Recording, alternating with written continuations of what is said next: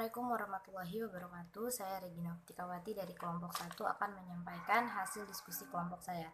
1. Berikan satu contoh bahwa faktor eksternal mempengaruhi pertumbuhan dan perkembangan tumbuhan. Seperti yang kita ketahui, air diperlukan sebagai bahan baku fotosintesis juga sebagai pengisi sel-sel tumbuhan.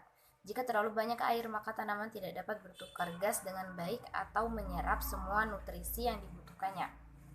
Proses ini dikenal sebagai asfiksia akar. Akibat lain dari kelebihan air dan kekurangan oksigenasi adalah jamur dapat mempengaruhi akar tanaman.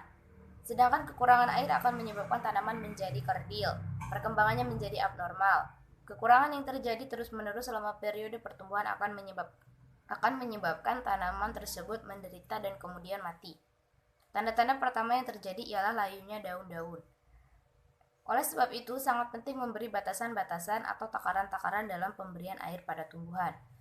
Hormon 2. Hormon auksin memiliki fungsi merangsang pemanjangan sel pada daerah titik tumbuh. Apakah yang akan terjadi jika suatu tumbuhan kekurangan hormon auksin?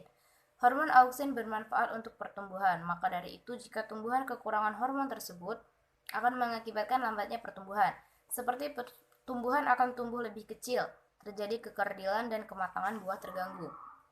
Apakah yang akan terjadi jika Anda meletakkan satu tanaman pada tempat tanpa cahaya dan satu tanaman lagi diletakkan di tempat yang banyak cahaya? Cahaya matahari adalah sumber energi utama bagi tumbuhan, khususnya yang berklorofil. Cahaya matahari sangat menentukan proses fotosintesis. Setiap jenis tanaman memiliki sifat yang berbeda dalam hal fotoperiodisme, yaitu lamanya penyinaran dalam satu hari yang diterima tanaman. Kekurangan cahaya matahari akan mengganggu proses fotosintesis dan pertumbuhan tanaman. Tanaman yang diletakkan di tempat gelap akan menjadi kurus dan berbatang panjang atau kerempeng, karena proses fotosintesisnya terganggu. Sedangkan tanaman yang tumbuh dengan invasi cahaya akan tampak pendek, kokoh, dan berbatang hijau. 4. Mengapa pemberian karbid pada buah dapat menyebabkan buah cepat matang? Kalsium karbida atau karbid dapat mematangkan buah karena jika kalsium karbida CaC2 akan bereaksi dengan uap air H2O menghasilkan etilen C2H2 dan kalsium hidroksida CaOH2. Pasalnya, struktur kimia gas asetilin mirip dengan zat etilen alami yang berpengaruh pada proses pematangan kulit buah. Yang terakhir yaitu kesimpulan. Kesimpulan dari pembelajaran hari ini adalah kami dapat memahami dan mengetahui tentang faktor yang mempengaruhi pertumbuhan dan perkembangan tumbuhan.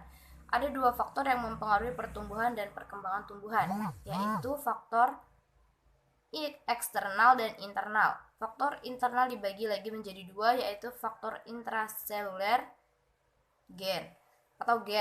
Faktor interseluler auksin, giberelin sitokinin, hormon etilen, asam abisat, asam traumalin, dan kalin. Faktor eksternalnya antara lain air, cahaya, kelembaban, suhu, nutrien, oksigen, dan nilai pH air. Jika suatu tumbuhan mengalami kelebihan ataupun kekurangan pada salah satu faktor di atas, maka akan mengakibatkan perkembangan dan pertumbuhannya tidak lancar atau kelainan pada tumbuhan itu sendiri. Saya rasa sekian, saya akhiri. Wassalamualaikum warahmatullahi wabarakatuh. Terima kasih.